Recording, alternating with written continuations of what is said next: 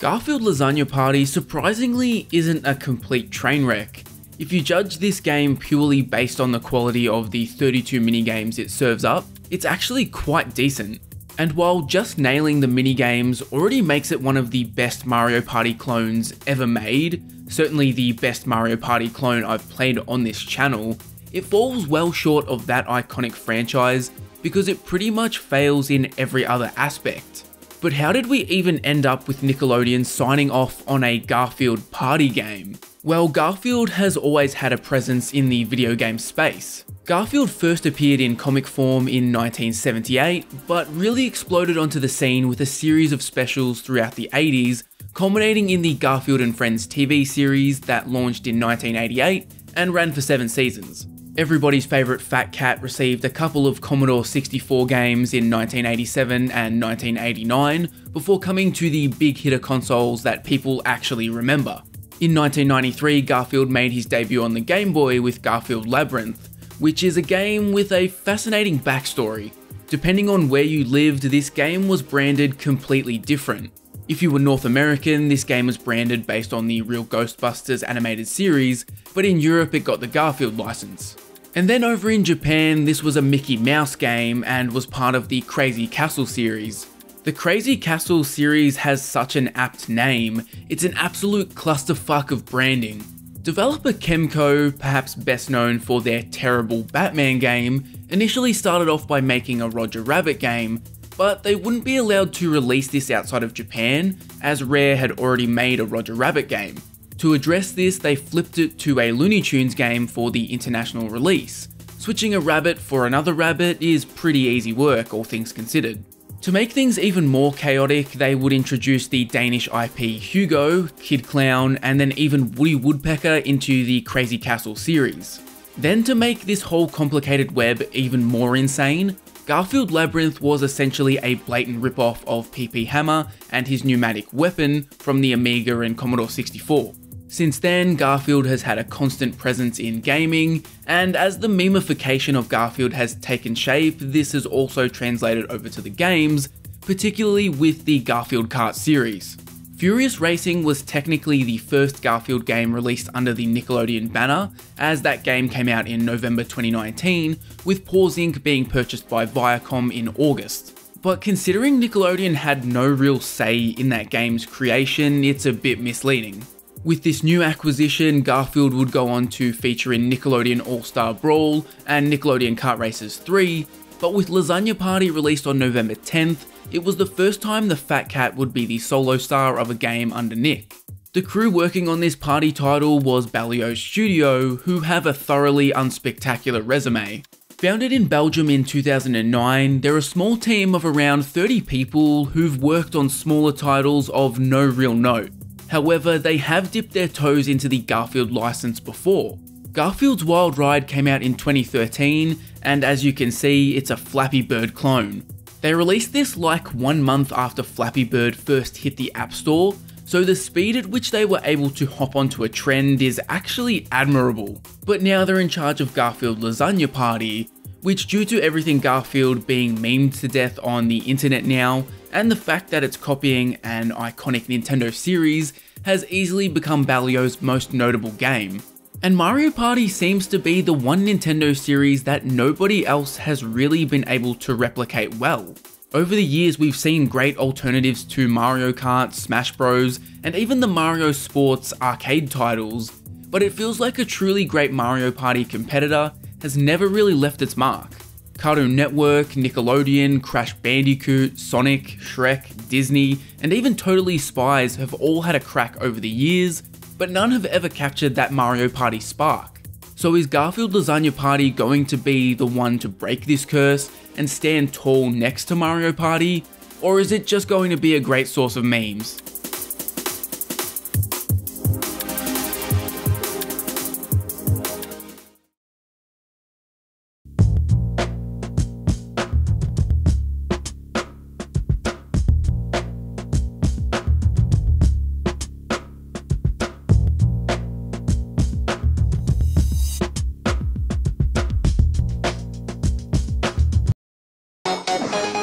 It's my lasagna party and I'll cry if I want to.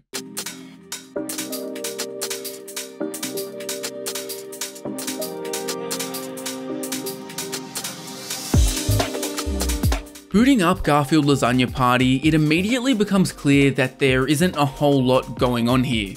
They did nail the amount of minigames present, with 32 available for you to mess around with, but outside of that, the devs mostly missed the mark here. It starts off with the character roster. Only 4 people can play at one time, so guess what? You have 4 characters to choose from. Garfield, Odie, Nermal, and Arlene are your only options. Very standard and safe picks, and obviously they've limited themselves to just using feline characters. But I would have loved to see them get weird with it. Size differences between characters be damned. Throw John in there and toss in Liz too. Where's Lyman? No, seriously, where's Lyman? Is he dead? Go for some deep cuts and toss in John's rockin' grandma, Binky, or Cactus Jake.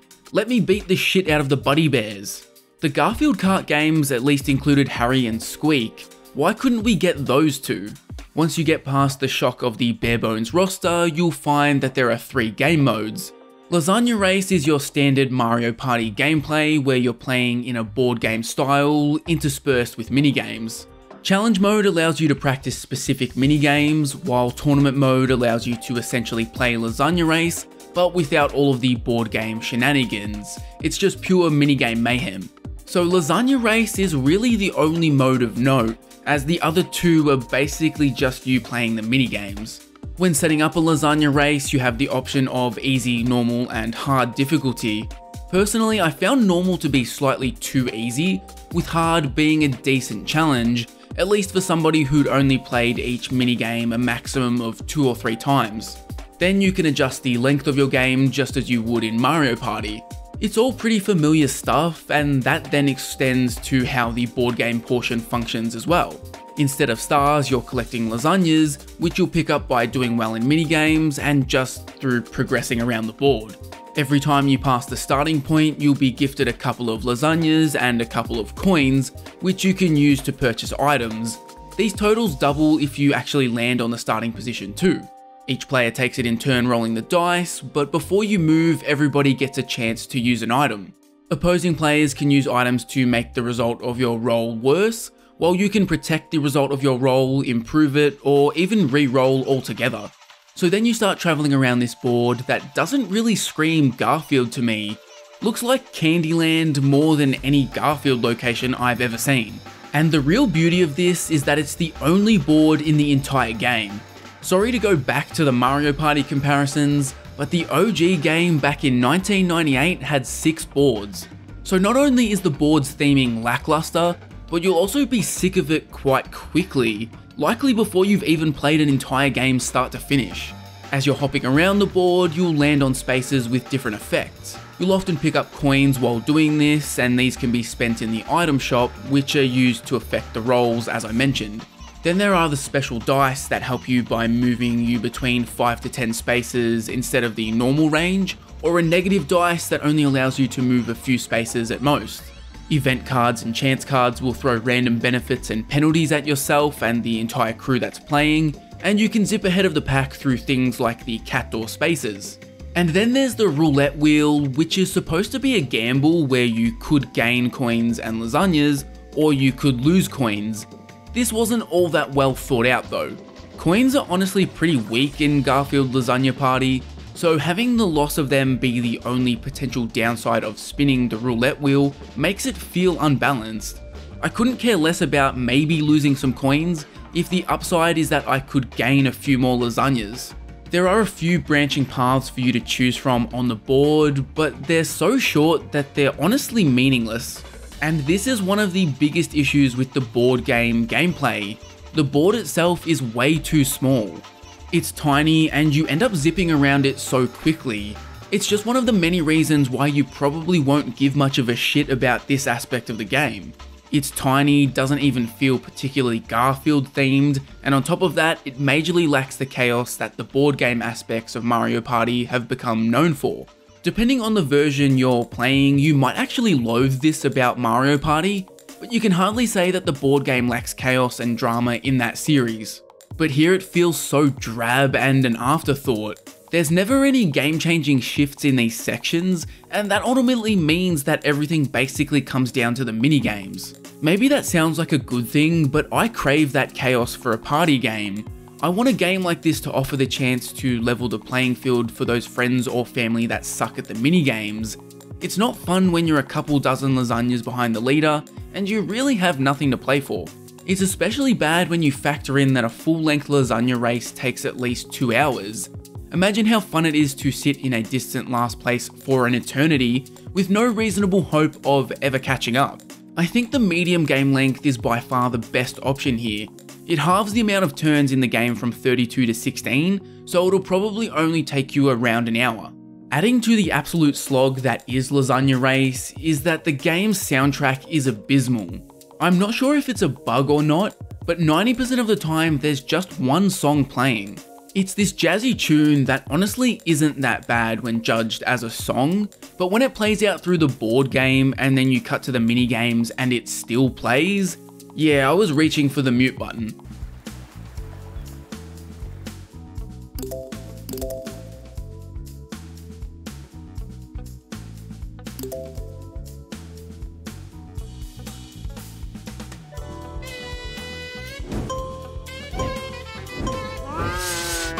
The music feels massively out of place for the majority of minigames too, and I actually think it makes them feel worse. The lack of a proper soundtrack drains some of these games of the tense nature you want here. But then some of the games will have a unique song for them, so I don't know if it's just a glitch they need to iron out, or the budget couldn't afford 32 songs. The confirmed glitch I did experience completely soured my first Lasagna Race experience though. I was getting reasonably close to the end of a lasagna race when I encountered this conveyor belt minigame. This minigame has the ability for each player to activate an alarm. Well, I activated it right as the game ended, and it must have completely broke the game because the alarm kept ringing and the game refused to progress back to the board game section.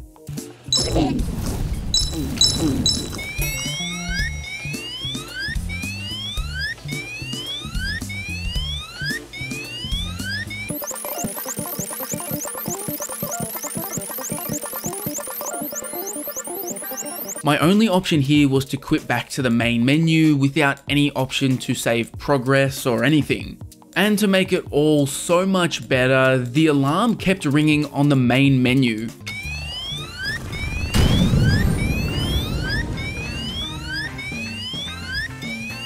So much frustration and anger was boiling inside of me as I just wasted 2 hours and couldn't even end up with a winner for my lasagna race. And that's about all there is to talk about for Lasagna Race. Ultimately, the board game aspect isn't good, but what about the minigames?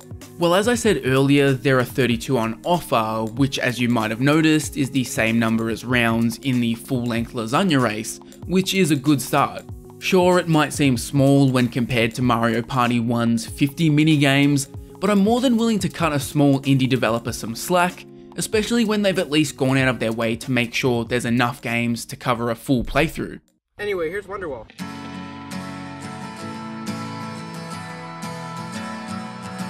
And the 32 minigames are actually rather good for the most part, I'd say. And I want to highlight some of my favourites and least favourites.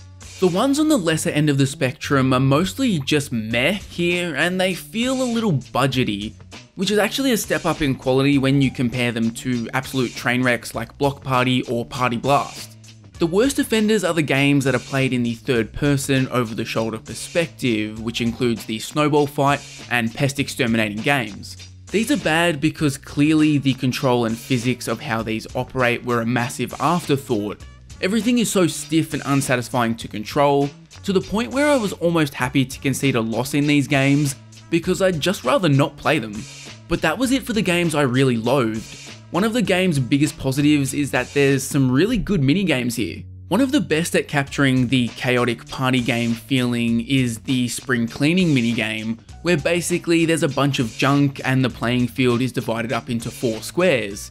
Whoever keeps their square the cleanest by sweeping the junk out becomes the winner. Very simple idea and execution, but just a bunch of fun. It gets hectic in the dying stages, and it feels like the AI is pretty good here and has a great sense of when they should work together to team up on a certain opponent. Then you've got a couple of pizza-based minigames that really hit the spot. The pizza cutting minigame is again a really simple idea. All you literally need to do is cut the pizza so the target number of pepperonis are on each slice. Basic stuff, and all you're really doing is lining up certain angles and pressing a button, but it still ends up being a load of fun. Getting to the later rounds where you have to create more slices can be a real handful to manage, especially when you realize you stuffed up one of your earlier cuts and you have to try and salvage your slices. The pizza memory game is also just as simple. Like, it's literally one of those old school grifter games where they put something under a hat and shuffle them around, except it's done with pizza boxes.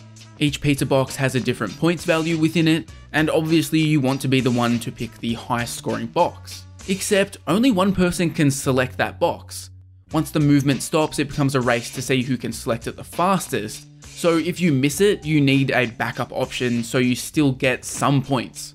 It's just a slight tweak to such a basic game that has been around for a gajillion years, but it adds so much more strategy and fun to it. And then they go to the tried and tested formula of replicating iconic Mario Party games. Remember Luigi wins by doing nothing? That iconic game is here. If it ain't broke, why try and fix it?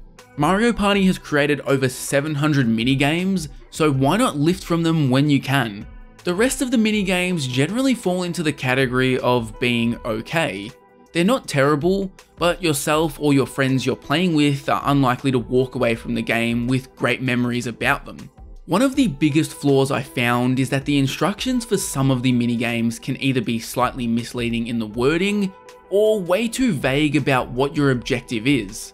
Now, this is generally only an issue on your first time playing a minigame, as once you've actually gone hands-on with it, you usually pick up what you're supposed to do. However, one of the most important aspects of party games is their pick up and play nature. These things need to be easy to grasp instantly if you want to convince your friends and family to sit down and play the weird Garfield Mario Party knockoff.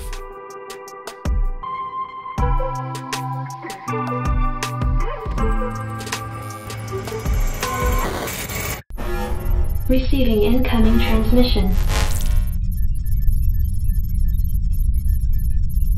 Target lost.